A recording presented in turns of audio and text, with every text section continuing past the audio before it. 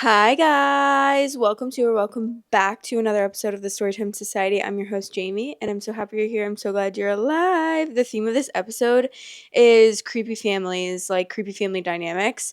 Also, get out your drinks, whatever you're drinking, let me know, or if you're like eating while watching this or something, comment down below. Let me know. I would love to hear it. I'm drinking a Coke Zero.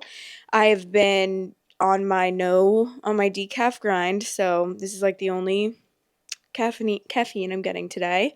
Let's get into the episode. The title of the first story is I kissed my brother and now my fiance wants to break up with me since he finds it weird. Am I the asshole? Throwaway account because I find this embarrassing to post, but my head is a mess right now and I need some assurance that I'm normal. Me, 25 female, and my brother, 17 male, have been close since childhood. It wouldn't be a lie to say that our main love language is physical touch. I see him as my baby. He's adorable and such a sweet kid. We hug, cuddle, and he also relies on me emotionally a lot. Now comes my fiance, 29 male. We've been together for 3 years now, and he knows that I'm very close with my brother. I moved in with my fiance last year, so I don't even get to meet my brother that often. So every time I meet and hug him, my fiance had always made some passing remarks like, "Whoa there, you guys sure are close." And I just roll my eyes since I thought he was joking back then. But 5 days back, it was my mom's birthday, and it's been 4 months since I saw my family in real life, aside from video calls, as we live in different cities. It was a small party with relatives, and I was happy to be there. We were planning to stay for the night and leave the next morning. At night, me and my fiance were catching up, watching a movie, when my brother knocked and came inside asking if we could talk. My fiance gave me a side eye, but I got up and followed him. I asked him what was wrong. He said he missed me and that he's been having a hard time at school since he's struggling with his studies. He's a smart kid. He's at the top of his school, unlike me, and I knew he always had stress issues. He also mentioned how his friends are being very rude to him in one way or the other, and this made him cry while talking about it, so obviously I was consoling him. We talked for around 1 hour before I hugged him, saying everything will be fine, and this is when my fiance walked in and asked, "Are you guys done?" He sounded upset, and he could have phrased that better, but after a few more minutes, I got up, gave my brother a kiss on the cheek, and told him that we could continue to talk tomorrow. But once I got inside the room with my fiance, I think hell broke loose. He started telling me how gross I was for kissing my own brother. He said he was already upset that I have hugged, cuddled, and had my brother lay on my lap before on other occasions, but now the kissing was the final nail in the coffin. He said that I prioritize my brother more than I do for him, which is not true at all. I hardly see my brother ever since I moved out. He also said that I'm not seeing my brother as my family and that our relationship is not normal. He literally told me, "You guys are in love and are having an affair," and that he hates how we touch each other since it comes off as sexual. I'm aware a lot of siblings don't do physical touch, but it doesn't say anywhere doing it is wrong. I don't understand what is sexual about this. Please help me understand. This made me feel so awful, so I told him that my then father, separated now, was really abusive to my mom, me, and my brother as kids, which often makes me feel like I should protect him, and that's all there is to it. But he didn't even let me explain before he just left the room. The next day, he called his mom and said he wanted to break it off with me. I talked to her myself. She said I should stay away from my brother if the marriage has to happen, since it could affect my fiance mentally, as he is a single child, so he wouldn't understand how siblings feel. So she said it's better for the both of us. Now I'm so conflicted because I don't understand what I did wrong. I never felt like I did anything to warrant a breakup. I love my brother and I love my fiance too. I knew my fiance always made backhanded remarks about my brother before, but it never crossed my mind that he took it so seriously until that day. Please, am I the asshole? Am I really acting weird with my brother? If I am, please tell me what I can do to not be like this. That wouldn't hurt my brother in the process too. Weird. Why are you That's so scary to me. Why are you saying that she's having an affair with her little brother? Just because she kissed him on the cheek and she's like hugging him and stuff? It's okay. He's acting like she made out with her brother and was thinking that was normal. Like, what? I think that's very normal also, especially, I mean, I don't have any younger siblings, but like I feel like I can kind of relate because my niece is 13, and so she's kind of like my younger sibling, I feel like.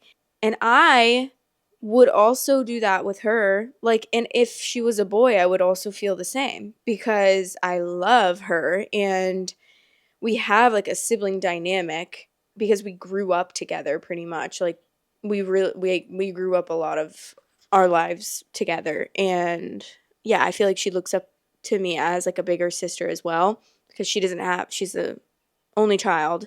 And yeah, so I don't know, that's so weird, especially because I would absolutely like when me and my niece see each other, we're hugging. I'll kiss her. Are you kidding? What the hell? Like, there's nothing wrong with that. I don't see anything wrong with that. It's weird. Also, me growing up, like me and my sister, it's I guess it's different because we're sisters, but I don't think it is because it's siblings. Like they're kissing on the cheek, like she kissed him on the cheek. That's not weird. And also like cuddling and hugging your brother is not weird. Me and my sister would literally kiss on the lips when she would like drop me off, which it sounds weird, but it wasn't weird. Like I was young and I was like 14. Probably we stopped. I don't even know. We probably stopped when I was like his age, probably. Like when I was 16 or 17. Like when we would say goodbye, we'd kiss each other on the lips. Is that weird? Now that I'm saying that, I'm like, is that weird? No. It wasn't weird because we're sisters. I didn't think it was weird at all. She didn't think it was weird. Like, we're 12 years apart. So she's like my big sister, my second mom almost.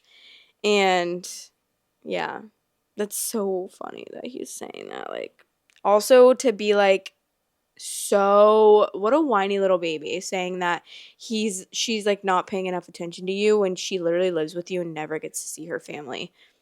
Obviously, when you guys are with her family, like she's gonna pay attention to her family so she can spend time with them. She gets to see you all the time.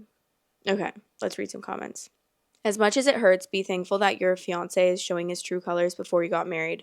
What if you have a child and he wants to dictate your interactions there too? F him and F his mom. They're gaslighting you because he's an insecure mama's boy. Dump that. I'm not going to say that word. And live happily, not the asshole. Your brother is forever OP. You are being sweet and totally appropriate. Your fiance has problems. Run. What's horrific is her fiance's mother is encouraging OP to stay away from her brother. She's enabling him, and it will only get worse from here on. Exactly. That's another huge red flag. Like, your own mother is saying that you need to keep a distance from your brother if you like this marriage. You want this marriage to work out. Huh? No. I don't want this marriage to work out if he's going to make me keep me away from my own little brother that I love and adore. You're so dumb and out of touch. And also, no kidding, he's the only child. You sure do treat him like one, like, and he sure does act like one as well.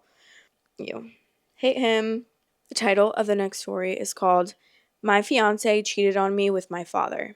Me, 27 male, my fiance, 26 female, I'll call her L. My father, 52 male, call him B. And my mother, 50 female, will call her R. Like many who've had something like this happen, I never thought something like this would happen to me, but here we are. I've never used Reddit, but I've seen stories from here on TikTok, so I thought I'd give it a shot for any advice you all could give me. From listening to some other stories, you all like backstory, so I'll try to be as clear and precise as I can. But it's only been a week, and if I start to lose it during the telling of this, I'm sorry. Elle and I met in her freshman year of college. We were both dorm in the same building where we eventually met. We later found out we lived 2 towns away from each other, so whenever we went home, I let her drive with me. It was only added about 20 minutes, so it was no big deal. After multiple trips and hanging out at school, we started to date. I have a close-knit family, as did she, so we told our families right away. I had met hers plenty of times when dropping her off, but it was nothing more than an introduction and exchanging pleasantries. Both of our families accepted each other with open arms, and our relationship grew. I was a year ahead of her, so when I graduated, I went home where I was offered a good job with great pay. I visited her at school whenever I got the chance, and whenever she came home, we could make time for each other. After she graduated, she moved in with me, as both of our jobs were in the city near where we grew up. Like me, she was offered a position at the company she works at now with great pay. After living together for about 3 years, I proposed, and we've been planning our wedding since. Now on to the part you're all reading for. Looking back, there was plenty of things I overlooked that I just wrote off, thinking my father was just trying to welcome my ex into our family. Things like my father calling her all the time, and if I was around, they would just tell me they were talking about the upcoming family party or something along those lines. One time, Elle was in the shower and her phone rang. I saw it was my dad, so I answered, and when he realized it was me, he sounded both upset and surprised that I picked up.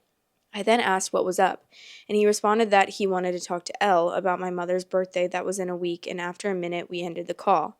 Even typing this out now, I feel like an idiot for not seeing it sooner. On the day I found out, it was like any other day. Elle had Thursdays off, so she made breakfast for the both of us. When I set out for work, she gave me a kiss and told me to have a great day. During my drive to work, I realized I had forgotten some paperwork I would need for a meeting at 3 p.m. I shrugged it off and told myself I would just go home at lunch to get it. Elle texted me throughout the day talking about all the casual stuff a couple talks about, like, what do you want for dinner? I did the laundry. Do you want me to hang it up for you? Blah, blah, blah. I didn't think it was necessary to text her I was coming home for lunch, so when it came around, I just left work and went home. When I got home, I noticed a car that looked like my father's in our parking lot, but I didn't think anything of it and just parked and went into our building. When I opened the door, I was met with a scene out of a movie where a man comes home early and catches his spouse cheating. Such a cliche. There was a trail of clothes, both his and hers, leading to my bedroom, and the sound of faint moans echoed through my apartment. I stood at the door in utter shock. My brain was a mix of rage, sadness, and disgust, but if you were a fly on the wall, you would see what looked like a statue. I just couldn't move. When I finally snapped to, not knowing how much time had passed, I took out my phone to record. I picked up all the clothes that were on the floor and threw them into the hall of the building. After I filmed the walk to my bedroom, the door was open. I stood in the doorway filming for about a minute and then flipped on the lights.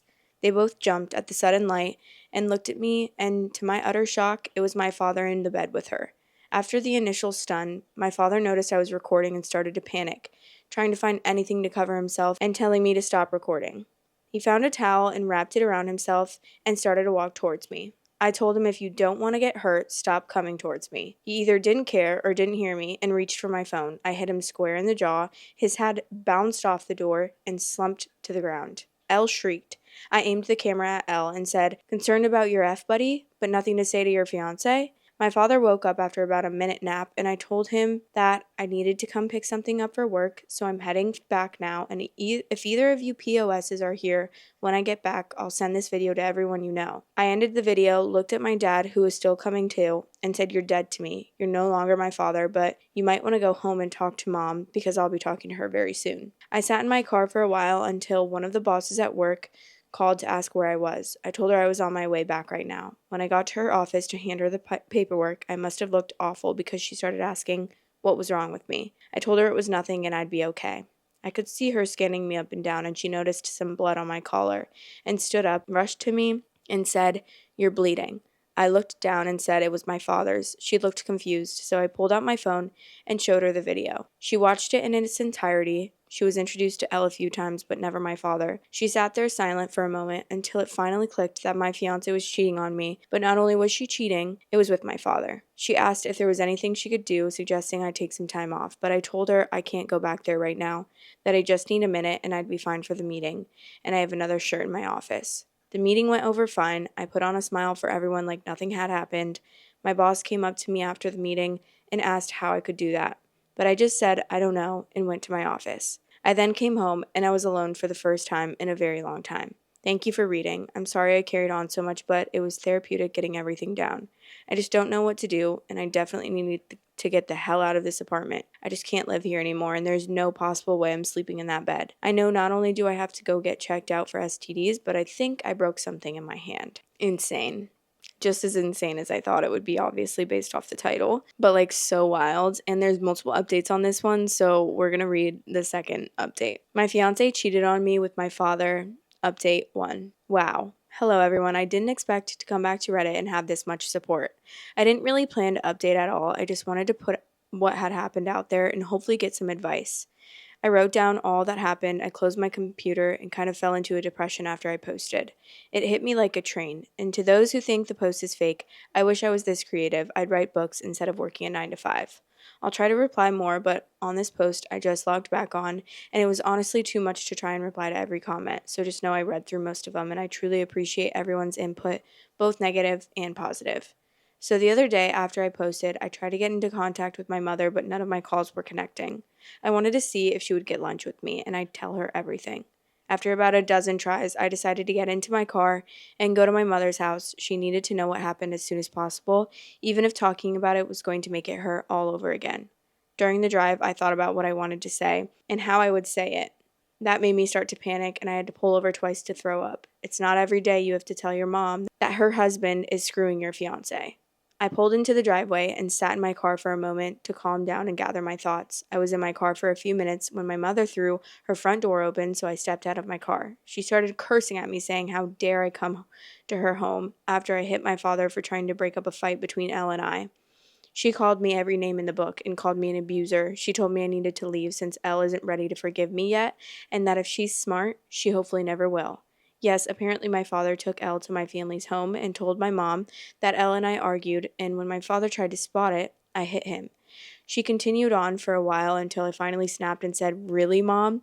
Because your husband is effing my fiance. That's why I hit him. And if you can't take my word for it, I have a video I'll send to you, but because my own mother can talk to me like this, don't expect to see me again. I don't want to hear your apology when you finally figure out that you're just as a shit mom as my piece of shit father." Her face dropped. She looked like what I must have looked like when I first walked into my apartment and caught them. I pulled out my phone and sent her the video. My mom took hers out and turned it on. She pulled up the video and watched up until the part where I turned on the light, and then she put the phone down. She looked up at me, but I turned and went into my car. I backed out of the driveway. I looked at her before I took off, and she was in tears. My heart felt for her, but too much was said during that fight for me to pull back in and forgive her. When I got home, I started clearing everything out of my apartment that had to do with Elle or my family.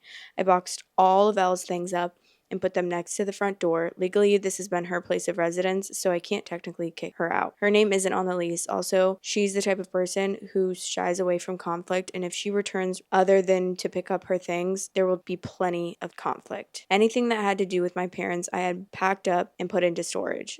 Like I said in my first post, we were a very close family, but I've never had a problem cutting off toxic people out of my life. I texted Elle's parents and told them we're calling off the engagement and told them she's been cheating on me. I thanked them for everything they've done for me. Our relationship was still building, but they were kind and supportive of me. So this just added more hurt into the mix. I finished by asking if they would come pick up all of her belongings. I haven't gotten a response from them yet, but I'm hoping they come grab her things so Elle doesn't have a reason to come back here. Okay, let's read some of these comments on this update. Someone said, "I figured he lied when your mother wasn't answering. She must have said some stupid shit for you to leave like that. The ball's on your dad to bring Elle to your mother. Someone would get stabbed in my social circle, not saying me, wishing the best." The fact that he went there, though, and told her that is kind of crazy because he knew that he had a video of them together. So, like, that's really confusing to me, and not sure what the thought process was there. Obviously, I guess you have some sort of adrenaline where you're like scared that she's going to figure out. And so you're just thinking of anything possible to like save your ass. So I guess, I don't know. OP said, "If only I were that lucky." And then someone said, "I'd send the video to her parents if she tries to lie about it." OP says, "If I hear rumors or lies around the town, then I will for sure." I would just send it. I'd be like, "I don't want to think about this anymore. I'm just going to send you the video and you can see for yourself." But I guess, I don't know, is that like illegal actually? Would that be considered like revenge corn? Let's read the second update. "My fiance cheated on me with my father. Update 2. Hey everyone, I'm sorry I haven't updated in a while. I wish I could say I'm doing great, but that would be a lie. Everything hit me in waves, and I go from being numb to boiling with rage. I haven't had a happy moment since I found out. Other than a few friends, I don't really have anyone in real life, especially since my family turned it out to be crap. Quite a few things happened since I posted last. It's been about a month, so this update will tell all that's been going on. After my last post, I decided to get the ball rolling on everything that needed to be done, like getting tested, finding a therapist, moving, and of course buying a new bed. I started by calling my doctor's office, telling them I needed to get tested and to refer me to a therapist. I had my first appointment with a therapist 2 weeks ago, and we decided to continue once a week. I also got tested last week, but it'll be another week or so until I get the results. Cross your fingers for me. I got in touch with a real estate agent friend of mine, and he sent me a ton of listings, and I decided on a refurbished cabin on the outskirts of my city. I finished moving 2 days ago. When I finished moving, I called Elle's parents, and when they picked up, I told them I moved out and Elle has still yet to pick up her things, and that the landlord will start showing the apartment in a few days, so someone better pick up her things before the landlord throws it out. That must have lit a fire under them because the next day, my former landlord texted me thanking me for getting to the apartment and emptying it out. No one knows where I live now other than the friend who set me up with this place, so I know Elle or my parents won't be dropping by. The only thing that sucks about this place is I traded a 10-minute walk to work to a 45-minute drive. My phone has been blowing up with texts and calls from Elle, both my parents and some of my friends, but I have no interest in talking to anyone other than my therapist. At work, I've been a ghost. I go in, get my work done, and leave. On the rare occasion I have to talk to someone, I put on my fake smile and pretend that everything's okay. My boss from my previous post has been trying to check in on me, but I don't really tell her anything either. I just tell her I appreciate it, but I'll be okay. Truth is, I don't know if I'll be okay. I get that time heals and all, but I feel like that's only relevant when you're dealing with one issue and not when you lose who you thought were the three closest people in your life all at once. A huge part of me died, and there's no chance of resuscitating it. The meetings with my therapist are going well, and I suppose I've never done therapy before, so I have no reference of what good therapy is. We do get along all right, and she really seems genuine and wanting to help. The first session was us getting to know each other and delving into what brings me to her. Nothing in depth, but me just telling her what happened in my own words. The second session, we went a bit deeper. She asked me about the relationship I had with my parents. I told her up until now, it was great. We talked often and always communicated well when something was wrong, and that I grew up in a great home, but all that means nothing now. She asked why I cut my mother out of my life, and I told her that she said things to me I wouldn't say to someone I despised, and then told her that there's no way she can come back from that. At the end of our last session, I gave her the link to my page on here so she can read more about how I feel and what's going on in my head. I feel like it's easier to type things out than it is to speak it, so if you're reading this, hi doc. For now, I'm still miserable. I thought I'd be okay by now, not necessarily happy, but okay.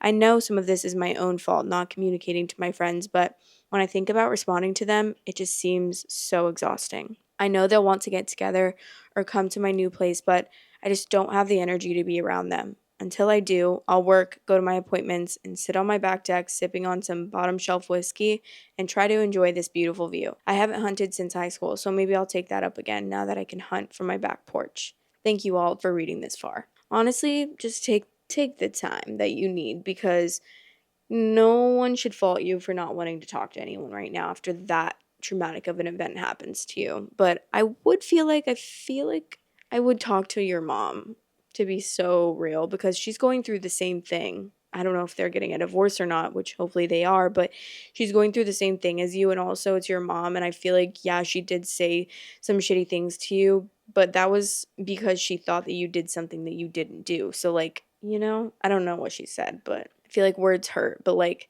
at the end of the day, she obviously didn't mean those things because she only said them to you because she thought that you punched your dad because he was trying to break up a fight between you and your fiance. So, yeah, I don't know. I think you should. Okay, some of the comments. There are a lot of us following this and pulling for you. We admire you for the way that you've handled yourself. I really want to know what OP's ex has to say. Better be worth the audacity that she has. Also, I hope things get better for you, OP. Same. But there's also one more update, and this is the last update, so we're going to read it because we want to know.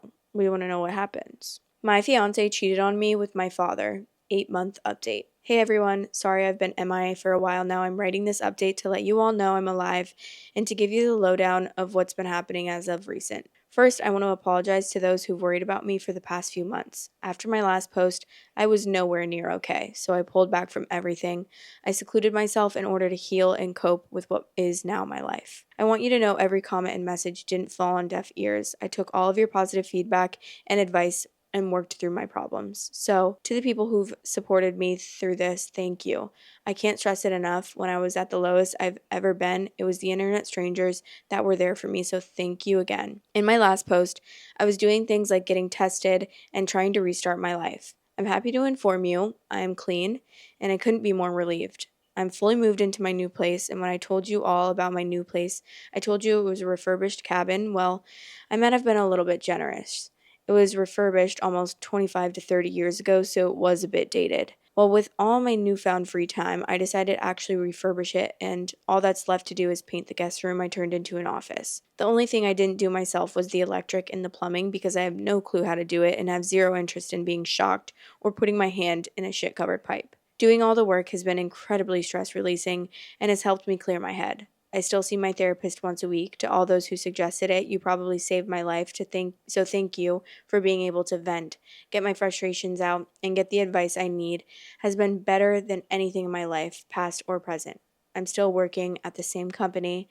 I've been more open with some of my coworkers that I'm closer with and my boss from my previous posts due to the new advice from my therapist. Also, due to her and some of your advice, I've reached out to my friends and have slowly been reintegrating into the group again. Now, on to the update with what's been going on between my family and my ex. I decided I was ready to have a talk with my mother, so a little over a month ago, I unblocked her on my phone and reached out. I called and almost instantly she picked up the phone. I could tell through the tone of her voice that she was panicking. Eventually, after reassuring it was me, I told her we should meet and talk, and she agreed, and a day later, we met at dinner near her house. She was there before I was, and when she saw me, she quietly started sobbing. And when I sat, she apologized over and over again, telling me she could only take their word because she never thought them getting together would ever happen.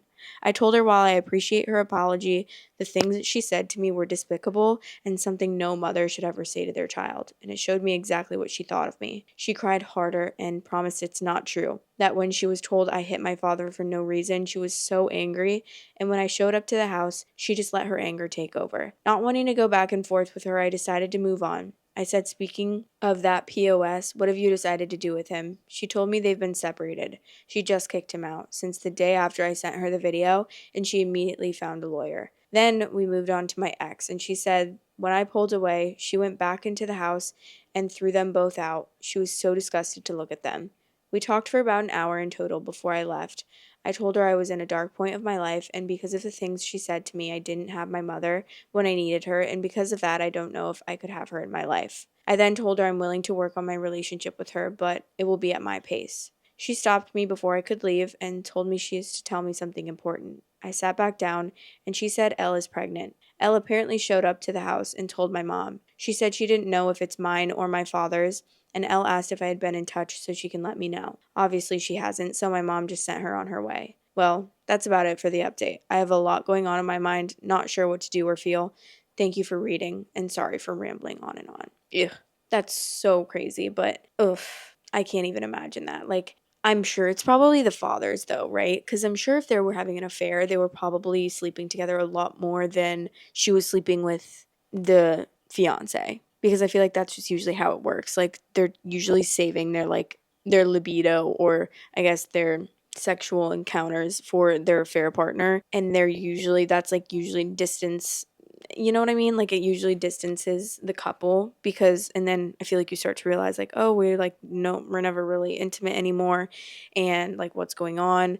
I don't know if that's how he felt or not, but maybe if he looks back at it, he realizes that like that's what was happening. You know, if you look at it from like hindsight, obviously, because hindsight's 2020, then I feel like you could probably recognize that is what was happening. But I feel so bad for him because that's just like one thing after another. I mean, thankfully he has like a nice little house that he has in nature, and like I feel like nature can be very healing and like therapy, and obviously, and I think surrounding yourself with friends is a really great idea, and coming together with your mom and trying to work on that relationship is also great because obviously she's apologetic, and I knew that she would be. Like, I knew that she didn't actually mean that kind of stuff and didn't mean to say all of that. But obviously, yeah, when someone says like horrid things to you and it's your mom, you think like, oh, that's what you think of me. That's really what you think of me. But I think it's just such a different situation, and I think it would be really nice to have your mom by your side who's going through the same exact thing, literally the same exact thing. But honestly, even worse because they've been married for years. They have a grown-up kid. Like, I feel like that would be the best case scenario, as long as she's not like a super toxic human, because obviously you know how I feel about toxic, like repeatedly toxic people. Don't let them in your life, cut them off. But it seems like they had a good relationship, and then this was kind of like something that screwed him over, if that makes sense. unless I'm missing something, which I could be, because you guys know my reading comprehension sometimes fails me. Okay, this is the last story that we're going to read, and it's in Moral Dilemmas, which is a group that I just found, but I just thought it was funny because, not funny, but I just thought it would be interesting, and it's really short, but the title is it wrong to date your second cousin? My dad's cousin wants me and her daughter to date and told me that she has a crush on me. She's tried to set me up with her numerous times. I've outright said no because she's related and kept my distance from both because of it. It's sad in a way. I'm 32 this year. I want to get married and have kids. Her daughter is 27 and wants the same life. She's attractive, kind, intelligent, and funny. Whenever we meet, we get on like a house on fire. We share the same values, but we also share the same great-grandparents. Her grandpa is my grandpa's both sadly deceased. I don't know what that means. Her grandpa's my grandpa's both? What does that mean? Okay. I've always been single, never had a third date in my life. Edit, deciding not to pursue. Was looking through photos, and in a few, she was with her grandpa. It's scary how similar him and his brother, my grandpa, looked. Given how close I was to mine, regardless of how distant I am from the rest of my family, I'd feel wrong. She is beautiful. She is kind. She is intelligent. Funny, too. In my grandpa's memory, it's a no-go. Things may have been different if I wasn't close at all to anyone.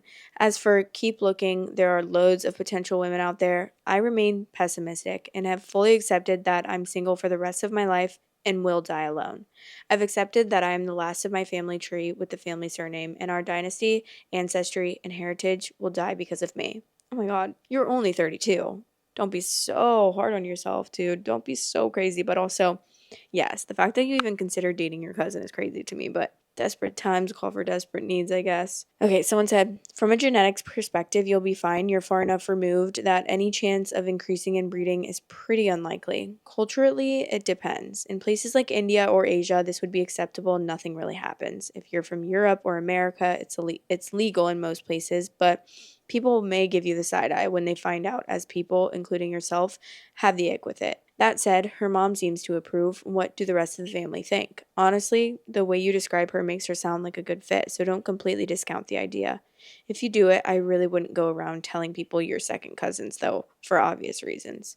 I mean, I guess if I've never really thought about in other cultures how that is interpreted, but I think that is just a little crazy to me. It's like there are 8 billion people in the world. You don't need to date your second cousin, you know? You don't need to date unless you accidentally are dating your second cousin, but purposely knowing that she's your second cousin and you're gonna date her and marry her and have kids with her.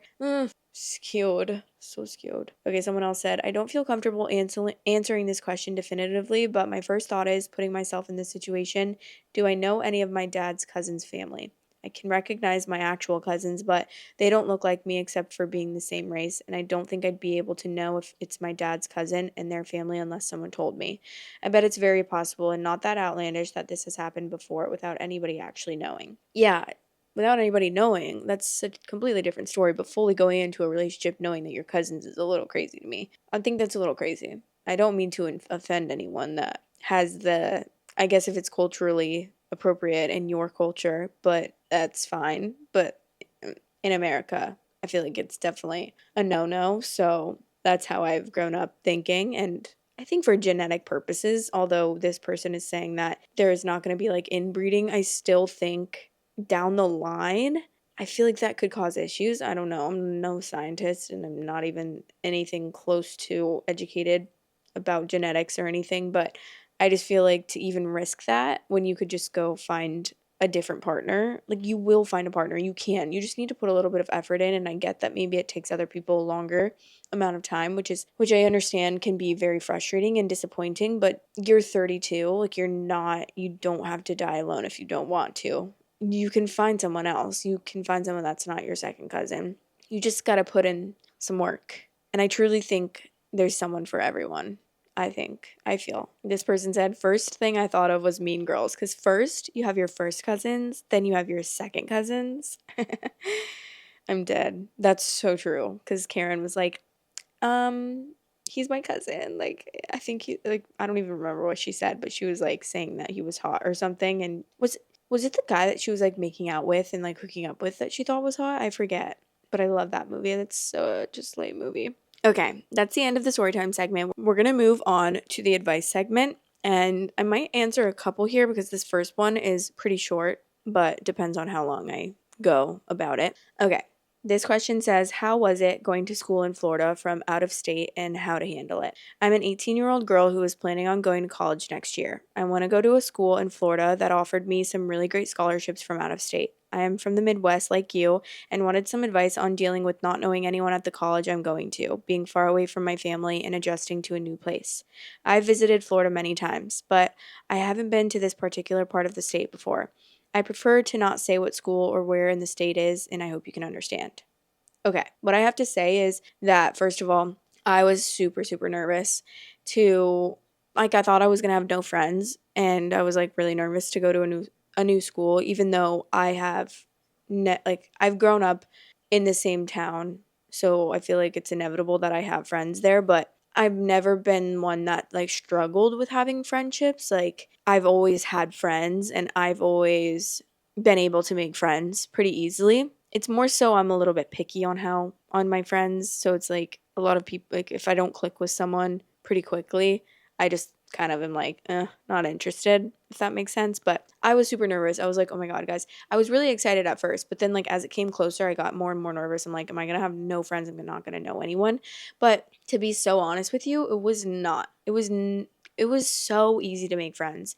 I feel like college is just like such an easy way to make friends because when you're a freshman, especially, so really take advantage of being a freshman because being a freshman is like when you have the most opportunity and you can capitalize on making friends the most because you're new and everyone is new, like everyone in your grade is new, so everyone's wanting to make friendships.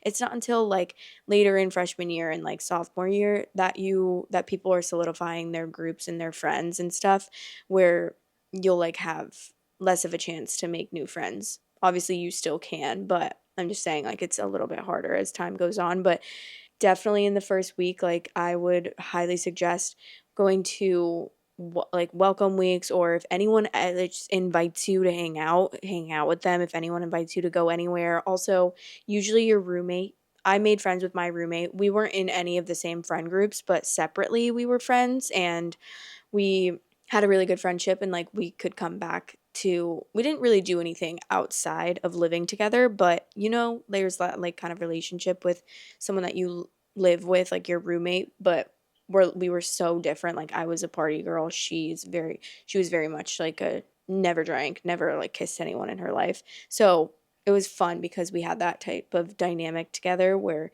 she would tell me all of her new experiences that she was having, and I would like be kind of giving her advice and telling her crazy things that would happen that she'd be like, wait, what? That's crazy, because like obviously she wasn't used to that kind of thing because she grew up very sheltered.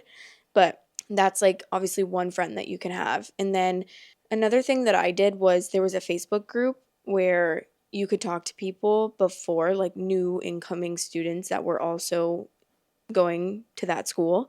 And so I messaged a bunch of people, and a bunch of people messaged me from that page. I'm not sure if you would have the same thing or not, but if you do, I would take advantage of it because I actually made one of my really good friends on that we were going to be roommates, and we requested to be roommates, but they didn't put us together for some reason. So I don't know, that was weird, but that was like my first friend because we had already been talking, and we got each other's numbers and we texted for a while before, and then we like immediately met up once I got there and we were like moving in and stuff. So that was like the first person that I was hanging out with, and then she made friends and I made friends, and we kind of all hung out together for a while, and then we did kind of go our separate ways, and she had her friends and I had my friends, but we would still hang out over the years, and so I still had her as a friend, but we just like were more interested in being friends with opposite people. So, like, her friends weren't really my friends, and my friends kind of were her friends for a little bit, but she wasn't like as close to them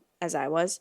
So, yeah. And then literally, I swear I was just the most outgoing person like ever. Like, I am outgoing, but I think it was like an adrenaline of being new at this school, being in Florida, like I just took advantage of everything. So I tried so hard to be like super outgoing. And I know that's not the case for everyone. So obviously, like if you're a little bit more introverted, it might be a little bit different for you. But I would recommend, like, I didn't do any of this, but I would recommend if you are a more introverted person going to like the welcome weeks and stuff.